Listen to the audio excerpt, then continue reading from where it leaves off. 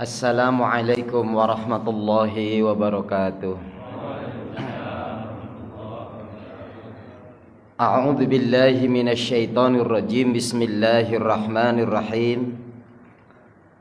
Alhamdulillahi rabbil alamin. Nahmaduhu wa nusalli wa nusallimu ala rasulihil karim. Amma ba'd. Qala Allah ta'ala fil Qur'anil Hakim. A'udzu billahi minasy syaithanir rajim. Ya ayyuhalladzina amanu hal adullukum ala tijaratin tunjikum min adzabin alim.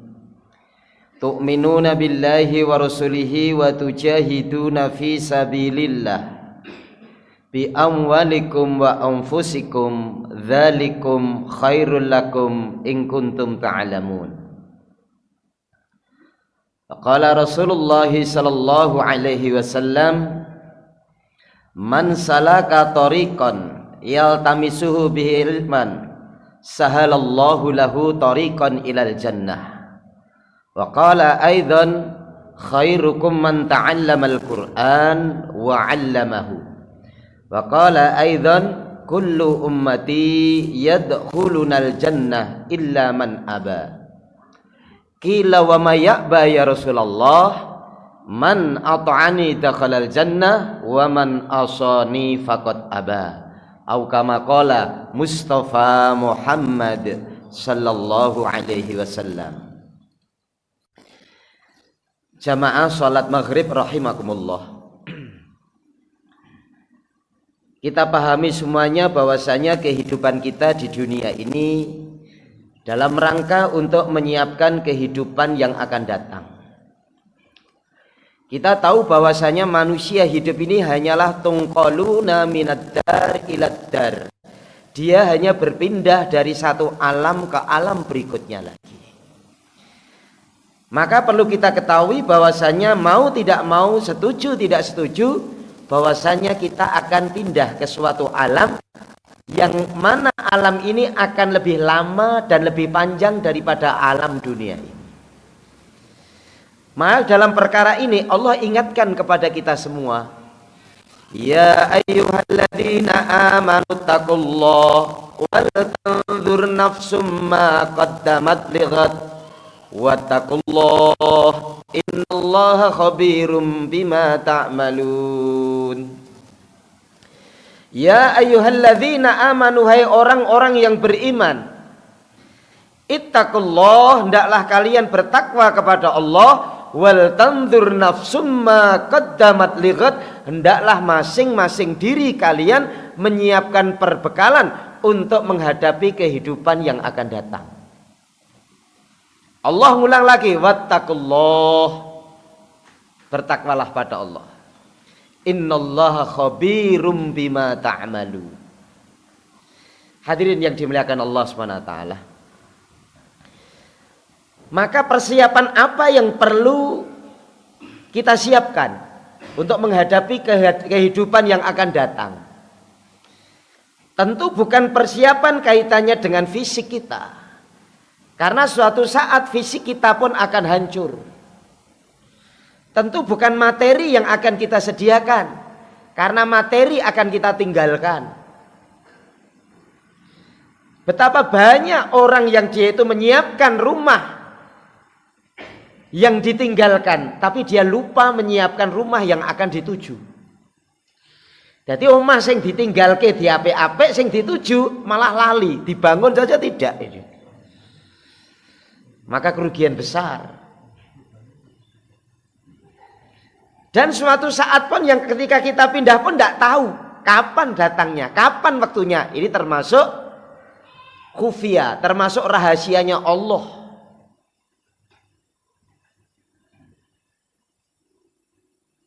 Sehingga banyak orang yang pagi hari masih banyak ngerti terbitnya matahari, tapi sudah tidak tahu terbenamnya.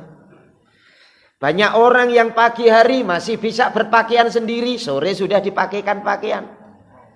Masih banyak orang yang pagi hari bisa mandi sendiri, sore harinya sudah dimandikan. Maka perbanyaklah kita sholat di belakang imam, jangan menunggu sholat kita di depannya imam. Lah nek ngenteni salat ning ngarepe imam berarti wis mati ya. Maka perbanyaklah salat kita di belakang imam. Dan suatu saat pasti itu akan terjadi. Ikhwani billah, ada kabar gembira ketika kita ini menghadapi kematian. Kalau dalam riwayat ini ternyata malaikat yang akan mencabut nyawa kita bukan satu, tapi 70.000 malaikat yang akan mengambil nyawa kita. Sehingga malaikat itu akan datang kemudian sampai sejauh mata memandang. Kemudian malaikat itu akan satu persatu mulai menarik nyawa kita. Maka tarikan pertama adalah mulai dari ujung kaki sampai paha. Maka barang siapa yang menggunakan kakinya banyak untuk fisabilillah, kakinya banyak untuk berangkat ke masjid, kakinya banyak untuk thalabul ilmi, kakinya banyak untuk kebaikan demi kebaikan, maka pencabutan nyawa dari kaki itu akan dimudahkan. Mudah-mudahan bapak dan saudara ibu-ibu semua sing melaku tekan masjid ini akan digampang kayak nyabut nyawa ini. Bukankah kita tahu kalau kita nunggoni orang mau mati itu kan berarti kakinya dulu kan itu kan. Yang nganyep sikile sik apa bathuke sik kira-kira. Kakinya dulu. Boleh dicoba kakinya bapak ibu dipegang anyep apa durung maksudnya. Nah anyep berarti ngati-ati wis cedak berarti. Maka malaikat itu akan mencabut mulai dari ujung kaki sampai apa? Paha. Maka Rasulullah memberikan contoh bagaimana kakinya dicapekkan dalam kebaikan. Sehingga Nabi itu pernah kakinya itu abuh gara-gara kepanjangan dalam sholatnya. Ya Rasulullah, istri beliau mengatakan, engkau orang yang maksum, engkau orang yang dijaga dari dosa, kenapa engkau bercapek-capek sampai kakinya itu bengkak-bengkak? Karena lama itu sholat. Karena pernah Ibnu Abbas itu sholat di belakang Nabi, begitu Nabi ngangkat tangan Allahu Akbar, di belakangnya ikut baca Fatihah. Setelah itu mulai, setelah waladhdallin amin alif lam mim dzalikal kitabu la raiba fihi hudal lil muttaqin, surat Baqarah. Maka di batinnya alah paling nanti 100 ayat ruku. Nah, itu sahabat itu batinnya 100, nek kita imamnya alah paling 5 ruku. 100 akan ruku, tapi enggak. Setelah 100 bablas lagi. Maka Ibnu Abbas di belakangnya mengatakan paling nanti Baqarah selesai akan ruku. Ternyata tidak, selesai Al-Baqarah lanjutkan lagi Imran. Al-Imran selesai lanjutkan Al-Maidah. Dalam satu rakaat 5 juz. Kemudian beliau rukuk dan rukuknya sama dengan berdirinya tadi. Coba kita berdiri kira-kira sholat 5 juz berapa jam ini? Rukuknya sama dan sangat tartil sekali beliau membaca. Sehingga pantas sampai kakinya itu bengkak-bengkak. Mungkin di antara bapak ibu enak sing bengkak, ini ngasah murad. Sholat tarawih itu rada bacaan panjang sithik ngono, amine rada ngamuk gitu. Walah amin. Padune itu imame ngendang cepet ini. Sampai yaitu 5 juz, rukuknya sama dengan apa? Berdiri, sujudnya pun sama. Setelah selesai, subhanallah. Maka Nabi bertanya, hei Ibn Abbas, apa yang kau pikirkan? Ya Rasulullah, hampir saja saya medot tadi. Tapi saya tahu ini fadilahnya banyak. Coba, dan itu bukan sekali. Enggak lah, jangan ngoyo-yo, enggak banyak, enggak usah panjang-panjang. Baiklah, ikut sunahnya sahabat Utsman, boleh? Sahabat Utsman itu setelah sholat Isya, setelah itu ba'diyah, setelah itu witir. Cuma 1 rakaat saja. Boleh dicontoh. Tapi 1 Al-Quran selesai. Sak rakaat, ini nganti apa? Menjelang subuh baru salam. Boleh dicontoh. Ini ojo nyonco sijine tok. Iki sahabat Utsman kok. Ini sing diwaca kulhu. Panjang. Sehingga kakinya sampai apa? Bengkak. Ya Rasulullah, kenapa kok sampai bengkak seperti ini? Afala takunu abdan syakur? Apa tidak sepatahnya saya itu menjadi hamba yang saya bersyukur? Jadi bersyukurnya dengan cara menggunakan nikmat kesehatannya dalam rangka untuk taat kepada Allah. Mudah-mudahan kita termasuk ikut di dalamnya. Pencabutannya berikutnya lagi mulai dari paha sampai dada kita. Jadi sumber dosa itu banyak dari perut. Apalagi di bawah perut. Naudzubillah min dzalik. Maka masukkan ke dalam perut kita adalah makanan-makanan yang halalan dan thayyib. Subhat pun jangan. Lah hati-hatinya sahabat perkara masalah ini kaitannya dengan subhat. Ada sahabat tuh ngambil zakat. Lah kebetulan nyebrang sungai. Nah, karena zakatnya itu berupa gandum, maka ada satu yang tercecer di sungai. Ada datang ikan biasa ini, makan ini. Zakatnya jatuh, masya Allah. Maka tanya kepada tukang sampan, ikan sungai itu hidupnya berapa tahun ya kira-kira? Ya kira-kira nek cilik-cilik ya 3 tahun, nek rodok gede 5 tahun. Beliau tidak pernah makan ikan sungai sampai 5 tahun. Khawatir katutan iwak sing mangan zakat itu tadi. Itu kan jalurnya udah jauh gitu. Nek awake dhewe ora gagas kan itu kan. Kadang ning kolame wong diciduk kan itu. Betul-betul subhanallah, luar biasa itu. Dulu di Mekah ini ada tempat ya, lembah ini yang biasa untuk apa? Ngembelakan kambing. Maka ketika ayat khomer ini turun, maka orang tuh berapa galon atau berapa liter saja dipecah semuanya, kemudian dibuang di lembah itu. Nah di situ banyak yang biasanya kambing. Maka semenjak itu sahabat tidak pernah ngembalakan kambing di tempat itu. Nah kenapa ini? Rumputnya kan dulu kena khomer ini. Coba ngati-hati ini sampai tingkatan itu. Walaupun itu jalurnya udah jauh. Khomer kena rumput dimakan kambing. Kalau kita makan dagingnya halal enggak itu? Halal. Wis adoh kan itu kan. Tapi sahabat enggak mau. Ngati-hati ini seperti itu.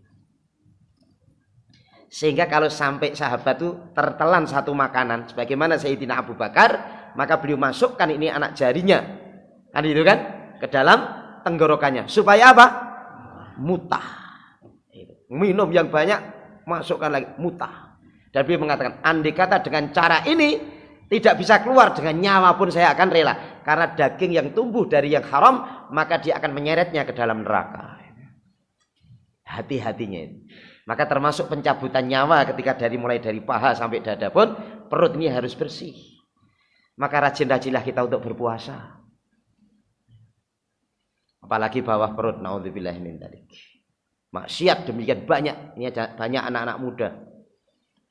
Hati-hati.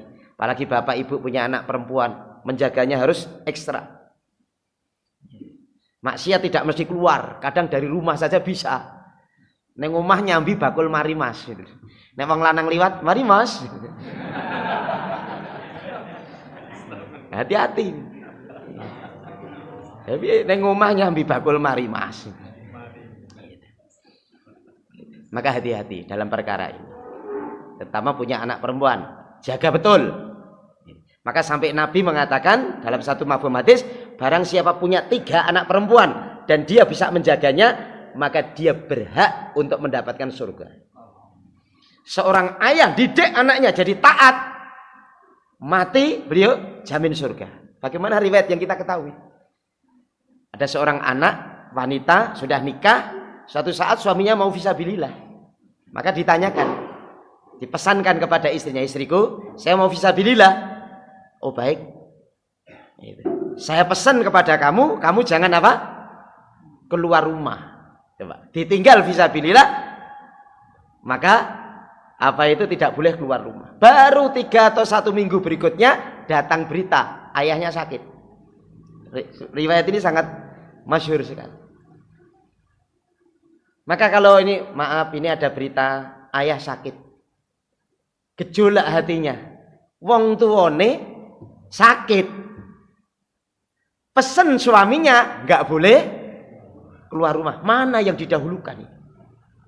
Taat suami kah atau taat orang tua? Orang tuanya loro. Orang undang mau pesta, loro.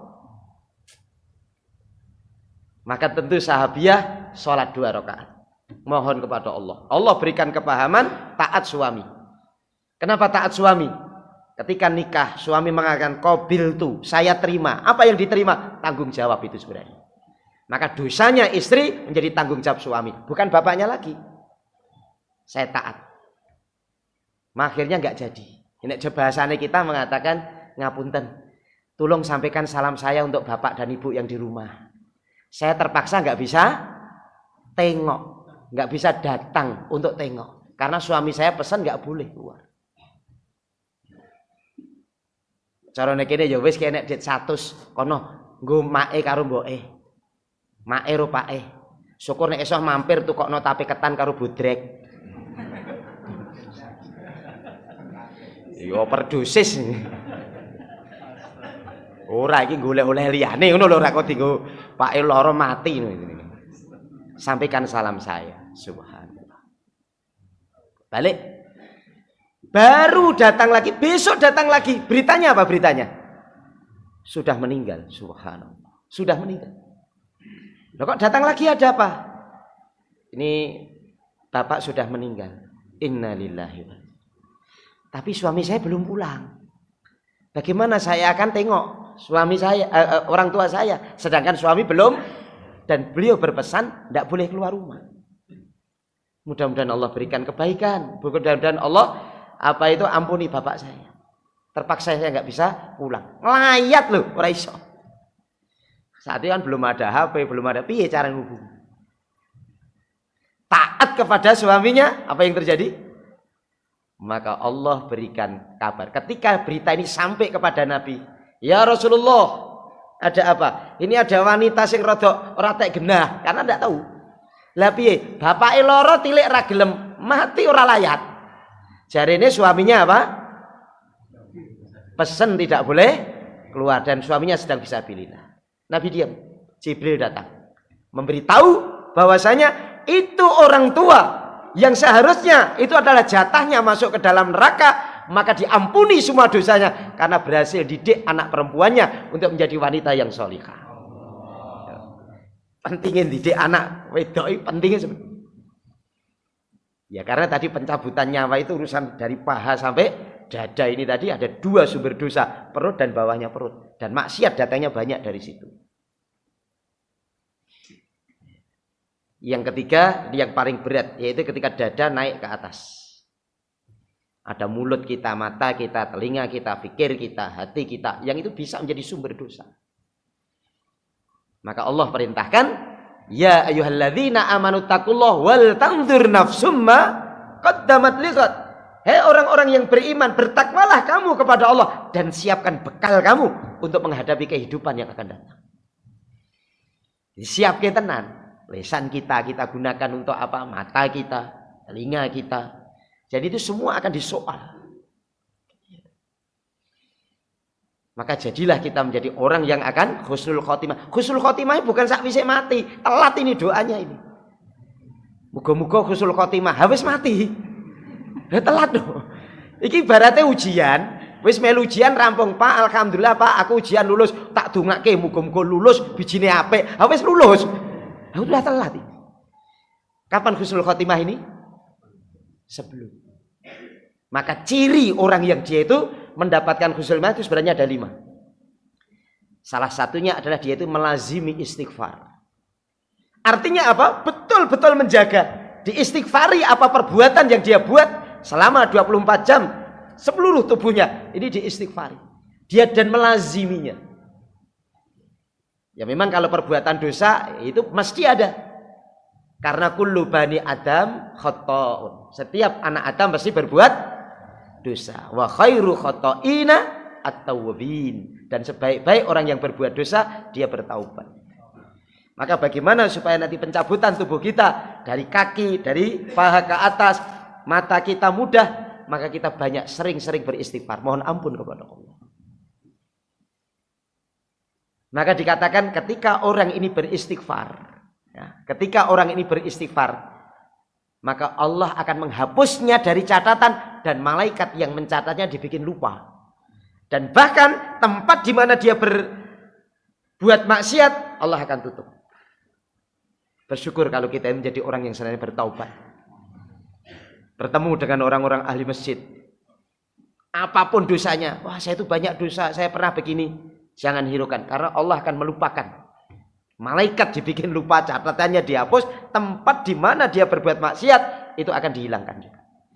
Karena jangan dikira tembok, jangan dikira papan, jangan dikira batu, jangan dikira besi, itu benda mati, itu semua akan cerita.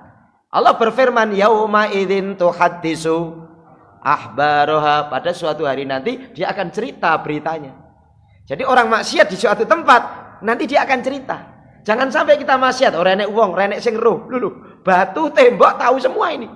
Dan ini nanti akan cerita. Hati-hati. Maka kita istighfar, mohon ampun kepada Allah. Kecuali itu orang yang beristighfar Allah akan berikan 3 perkara. Malazima istighfar, barang siapa yang melazimi atau bahasa Jawa itu ngulinake istighfar, ja'alallahu lahu, Allah akan menjadikan min kulli dhikin makhraja, setiap jalan yang sempit akan diberikan apa itu jalan keluar. Masalah apapun akan min kulli dhik itu kesempitan, makhraja diberikan apa? Jalan keluar. Itu fadilahnya kalau kita sering istighfar. Malazima istighfaro ja'alallahu lahu min kulli dhikin makhraja. Setiap kesempitan ada jalan keluar. Sempit rezekinya ada jalan keluar. Sempit masalahnya ada jalan keluar. Jomblo ra payu-payu ada jalan keluar. Istighfar. Ora gur ngresulo wae kan itu. Istighfar. Yang kedua apa? Malazima istighfaro ja'alallahu lahu min kulli hammin, setiap gundah gelisah. Farraja akan diberikan yaitu kelapangan. Atine bunek, atine susah, atine bingung. Akan diberikan apa? Kelapangan. Yang ketiga, malazima istighfara yarzuqhu min haitsu la yahtasib, akan diberikan rezeki yang tidak dinyana-nyana. Sebagaimana surat Nuh ayat 10-11. Istighfar, istighfar. Maka Imam Hasan Basri rahmatullah alaih, ada orang datang, "Wahai Imam, saya punya masalah apa? Utang saya banyak." Istighfar. "Ya Syekh, saya punya masalah apa? Belum punya anak." Istighfar. "Ya Syekh, sawah saya kekeringan." Istighfar. Maka santrinya tanya, "Ya Syekh, kenapa Tuhan memberikan resep istighfar semua?" "Bukan saya ngasih resep, Allah yang ngasih resep." Masa Allah ngasih resep itu masih salah, masih benar itu. Dan itu ciri orang yang husnul khotimah. Husnul khotimah itu belum mati. Salah satu cirinya yaitu apa? Melazimi istighfar. Ini juga untuk kaitannya ketika dicabut nyawa nanti. Supaya apa? Diberikan kemudahan. Diberikan gampang. Karena orang dicabut nyawa itu dikatakan bahwasanya sebagaimana 700 kali dipukul pakai pedang. Kita gebeler sekali saja sakitnya kayak, itu 700 kali gebeler itu apa? Beratnya seperti itu. Maka sampai kita dituntunkan doa, Allahumma hawwin alaina fi sakaratil maut. Ya Allah, berikan kemudahan kami ketika menghadapi sakaratul maut. Maka kaki ini selain untuk istighfar, sekarang balik digunakan untuk kebaikan demi kebaikan. Pakai untuk silaturahim, pakai untuk thalabul ilmi, pakai untuk berangkat ke masjid, pakai untuk tengok saudara kita yang sedang sakit. Datang itu ulama, minta doanya, kaki dipakai. Maka sunnah jalan kaki luar biasa. Maka bapak dan saudara niatkan juga untuk khurud fisabilillah jalan kaki. Salah sedia semua insyaallah. Sikil nggo mlaku. Supaya apa? Supaya hisabnya nanti mudah. Kita bisa bayangkan ya Pak, kuku yang nempel di tubuh kita aja, kuku ya. Ini dalam kondisi ini kan masuknya nggak dalam. Ya, masuknya kan nggak dalam ini.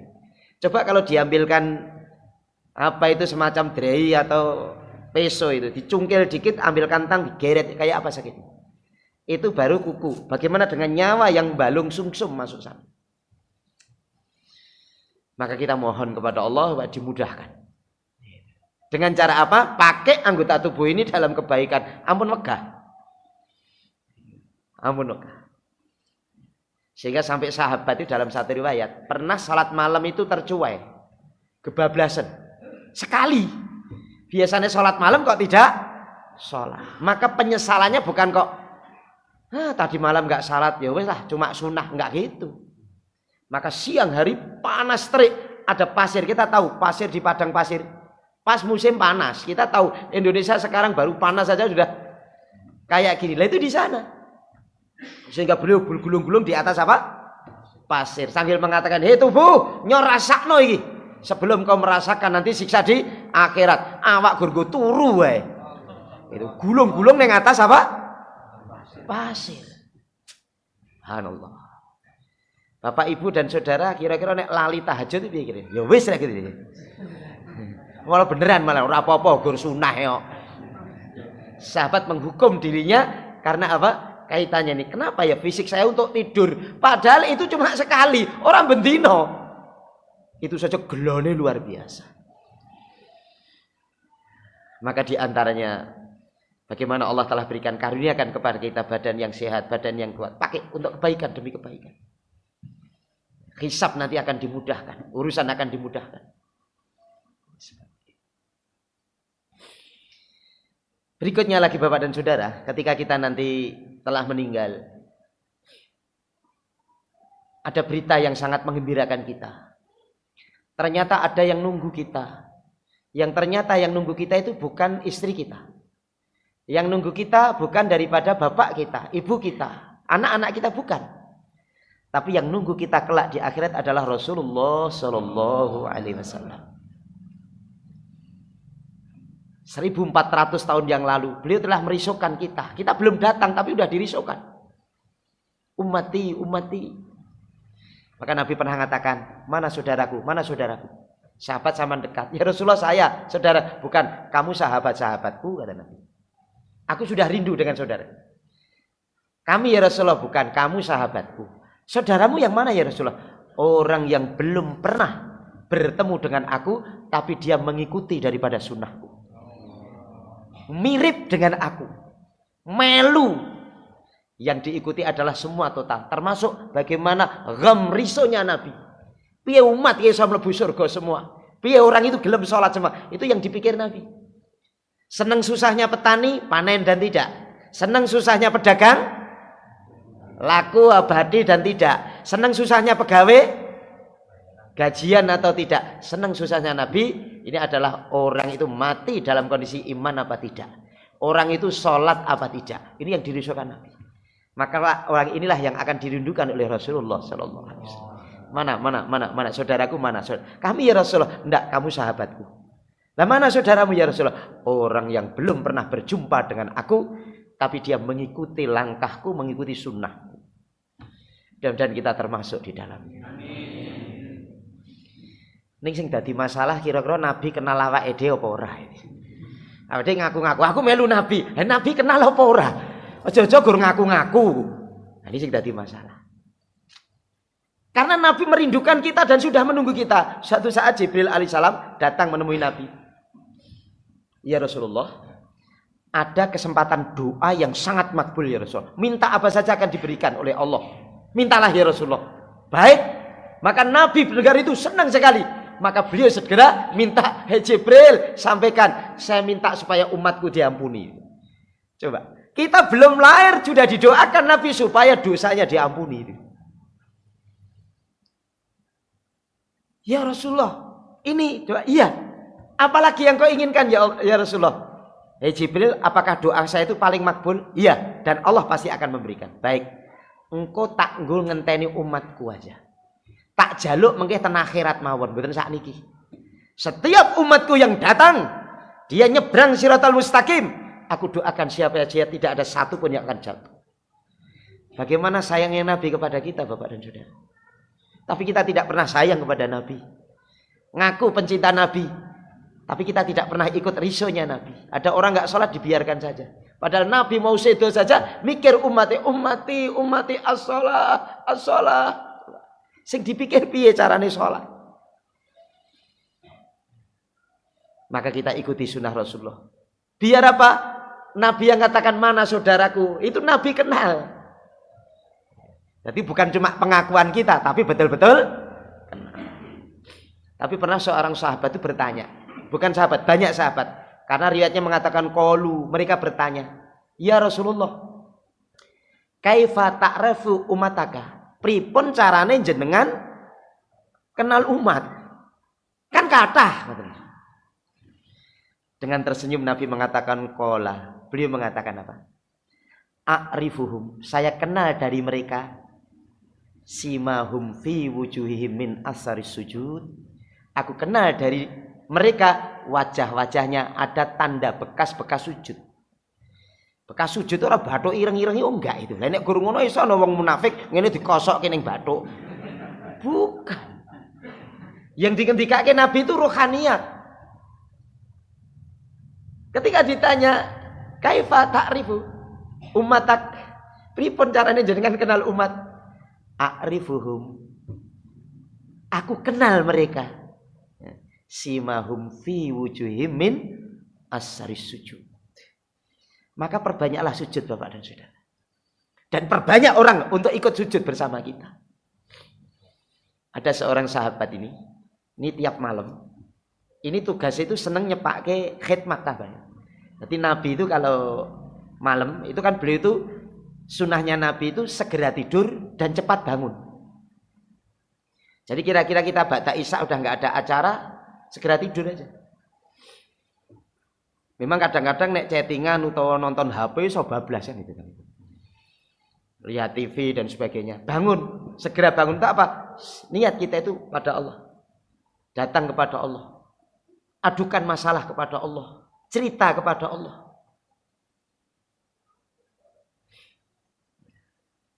Kita jangan mengadukan kepada manusia, adukan kepada Allah. Dan katakan, "Hei masalah, aku punya Allah."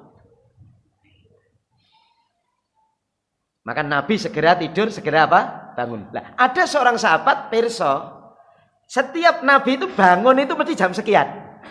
Nabi itu bangunnya orang kok jam setengah papat, jam papat itu ya awake dhewe kan itu. Nabi itu bangun biasanya adalah 2/3 awal malam. Yang sering 2/3 apa? Awal. Kan ada 2/3 akhir. Ini 2/3 awal. Nah, kalau tadi maca Quran surat Baqarah dan sebagainya, lah nek saiki wis jam 3 ya jelas enggak nyanda itu. 2/3 malam. Ya kira-kira Pak, sudah jam setengah 1 itu beliau sudah mulai bangun. Maka sahabat ada yang menyediakan apa? Yang biasanya disediakan itu adalah apa itu? Semacam kendi. Yang kedua itu siwak. Nabi bangun, beliau biasanya keluar. Kan tidak zamannya model saiki ning jero omah enek apa jenenge? Enek tempat itu keluar, Nabi keluar. Setelah itu sudah ada embernya udah penuh air. Kemudian setelah itu ada siwak. Di situ ada sahabat Abdullah duduk. Maka begitu Nabi datang sudah disiapkan, ya Rasulullah. Besok lagi dan tiap malam seperti itu. Maka saat Nabi mengatakan, "Hei Abdullah, dalam ya Rasulullah. Kowe kok pendak wengi nyepakke ngene iki? Kowe njaluk opah apa?" Maka sahabat ya Rasulullah, saya tidak menginginkan apa-apa, tapi saya ingin hanya melayanimu di dunia sampai di akhirat. Nek nyalani akhirat kan jalan ning swarga kan itu kan. Terus kula dadi pelayan jenengan donya tekan akhirat, pun mang dongake niku tok wae. Nabi mengatakan, "Ndak yang lain. Mbok minta yang lain karena permintaannya itu enggak mudah loh." Loh, coba orang yang tiap malam khidmat kepada Nabi, jaluk untuk menemani Nabi, ya ora gampang. Lah kok saiki ning alam donya, ya ndak? Ngaku-ngaku wis pokoke nanti maca salat pisan wae. Engko gandul sarunge karo ustate. Bagaimana kan semudah itu? Ini orang yang hari-hari apa? Khidmat. Hari-hari apa? Melayani Nabi dan tidak tidur. Ora kok turu ora. Jadi memang malam itu njogo sampai Nabi apa? Sampai wungu. Baru setelah itu mungkin Nabi sholat, beliau baru apa? Mapan tidur. Atau apa yang kamu mau? Ya Rasulullah, kula kepengin nyarengi jenengan dunia tekan akhirat. Yang lain aja, ini berat ini. Ndak, niki mawon liyane mboten kula mboten butuh. Carane kita pengen ra sawah 2 hektar apa mungkin bojone ayu, omahe magrong-magrong, duwite sak bronjong, mase sak lodong. Ndak, mboten ya Rasulullah. Sitok niku mawon mangdongake kula niku saged nyancani jenengan dunia akhirat. Nabi mengatakan, "Baik. Syaratnya satu, apa? Bantu aku dengan memperbanyak sujud." Bantu aku dengan memperbanyak apa? Sujud. Dan orang yang dikatakan asari sujud, bekas daripada sujudnya, adalah membawa sifat-sifat di dalam sholat untuk di luar sholat. Di dalam sholat Allahu Akbar, yang akbar Allah. Benda-benda kecil, materi kecil, semuanya itu dilupakan. Hanya Allah yang besar. Mampukah kita membawa sholat kita di luar sholat? Inilah yang akan ada bekas. Jadi enek tilae sholat. Jadi enek wong sholat karo ora ki beda. Oh, ini orang sholat ini. Di dalam sholat bagaimana senantiasa memuji Allah, minta kepada Allah, mohon kepada Allah. Isinya kan itu, pujian dan apa? Permintaan.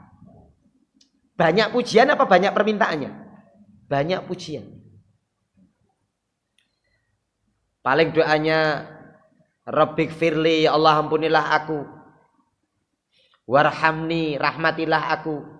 Wajburni, rubahlah atau perbaiki aku. Warfa'ni, angkat derajatku. Warzukni, beri rezeki kepadaku. Wa'afini, wa'fu anni. Afwan, ya Allah tutuplah. Wa'fu anni, dan hapuslah. Jadi dosa bukan cuma ditutup, tapi apa? Dihapus juga. Coba, ini permintaannya seperti dalam duduk di antara apa? Dua sujud di antaranya. Perbanyak sujud. Artinya apa? Bekas sujudnya, bekas-bekas sholat ada bedanya. Maka sahabat-sahabat itu sholat itu sesuatu yang ditunggu. Sebagaimana Nabi sendiri mengatakan, ju'ila qurratu aini bis sholat, dijadikan sejuk pandangan mataku dengan sholat. Jadi dengan sholat itu, datangnya sholat itu jadi anyep, jadi resep neng ati, jadi anyep, jadi enak. Maka kalau bapak-bapak kedatangan orang-orang yang datang dari masjid ini ngajaki sholat itu, iki enak wong toko mripate resep. Alhamdulillah. Dino iki kok moro ning omahku. Ora kok motone mencereng, iki meneh. Enggak.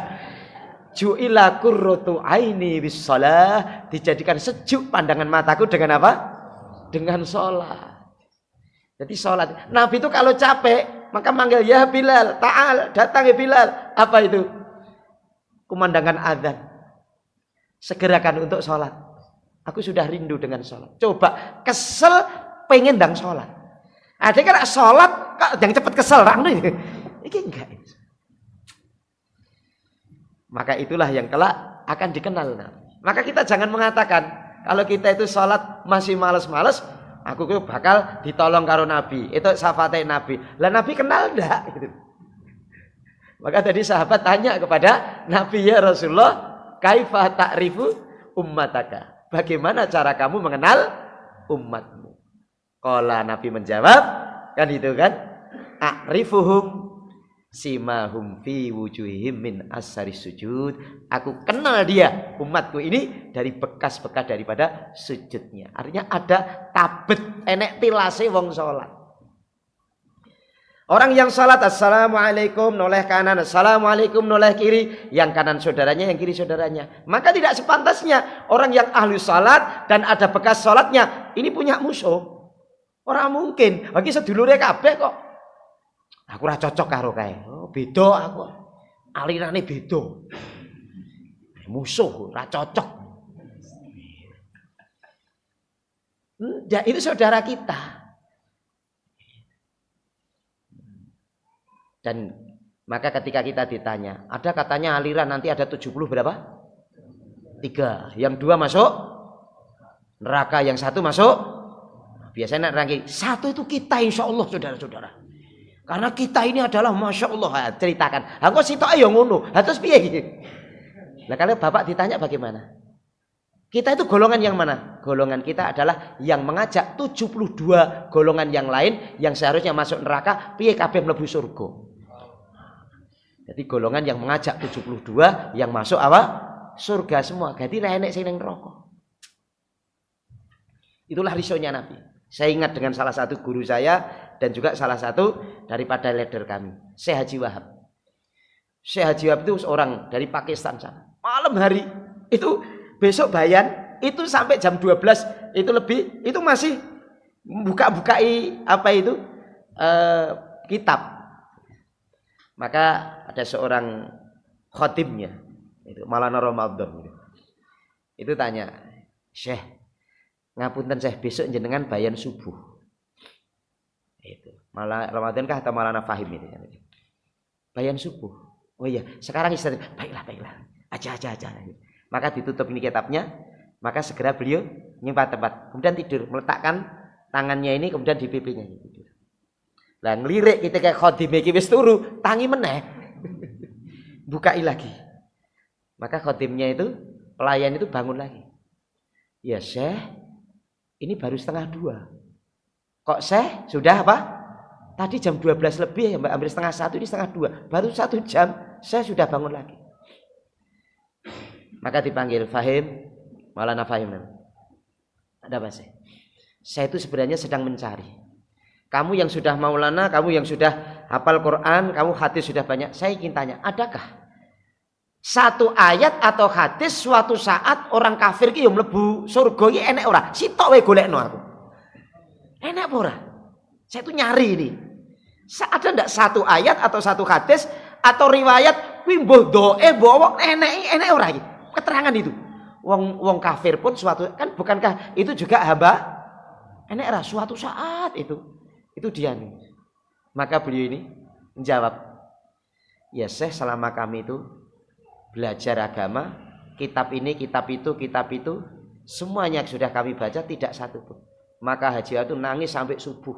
Ora enek ya kok. Sing dipikir wong kafir piye ya suatu saat ya mlebu surga itu. Allah. Mudah-mudahan kita ikut fikir seperti ini. Maka orang itu akan dikenal oleh Allah dari tanda apa?